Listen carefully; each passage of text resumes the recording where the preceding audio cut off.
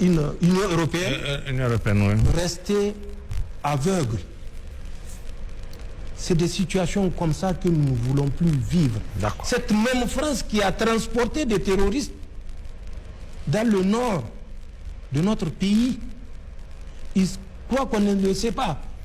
Mais de l'autre côté de la frontière, c'est une position que les Français ont fait occuper par les terroristes de Abu Umaima à compter du 25 janvier.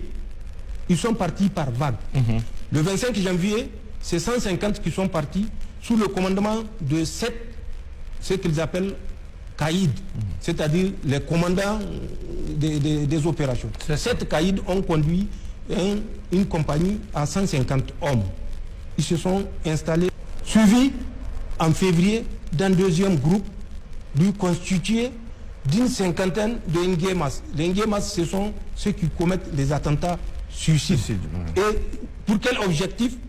Le site pétrolier nigérien, auquel ils ont promis aux terroristes, quand ils vont occuper les champs pétroliers nigériens, et là nous l'avons dit également à l'ambassadeur chinois, quand ils vont occuper les champs pétroliers nigériens, ils vont partager les revenus avec ces forces néocoloniales qui ne sont plus des forces djihadistes ni terroristes. Le terrorisme, ils l'utilisent comme mode opératoire. Mais ce n'est pas une appellation. C'est ça. Donc ces forces composées d'auxiliaires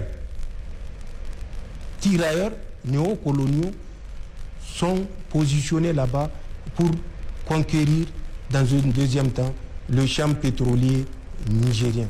Nous l'avons dit à l'ambassadeur, nous avons dit mieux à l'ambassadeur quand ils se sont engagés dans des négociations en septembre, octobre, avec Salah, Mahmoud Salah, qui a été pris le 22 février par les forces armées libyennes. Libyennes, c'est ça.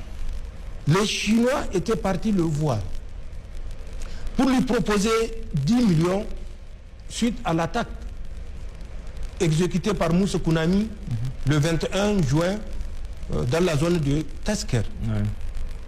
Donc ils sont partis le voir pour lui dire: nous vous proposons 10 millions de dollars pour que vous ne vous attaquiez plus à nos infrastructures.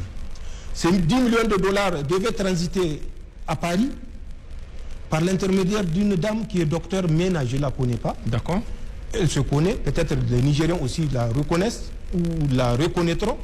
Docteur Mena qui va servir de point focal en liaison avec les Nigériens qui sont en fuite et réfugiés entretenu par l'État du Nigeria. Mahmoud Salah fera le mouvement.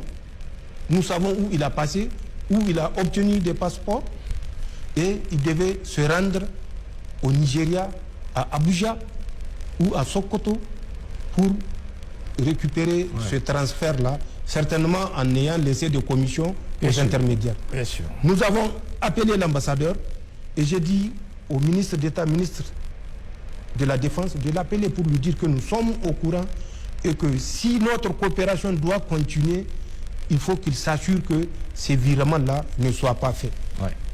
Ils l'ont suspendu, mais c'est suspendu, je l'ai dit, suspendu. Et je dirai pourquoi. Le 1er mars, il y a eu un autre contact qui a été pris. Pourquoi? Parce qu'il y avait un Chinois qui a été enlevé par les mêmes groupes de Salah et autres, Moussa Kounami. C'est ça.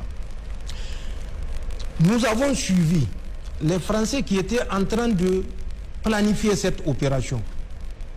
Nous avons là également appelé l'ambassadeur de la Chine pour lui notifier. Voilà l'intention des Français. Faire feu de tout bois pour prendre le contrôle du champ pétrolier d'Agadem.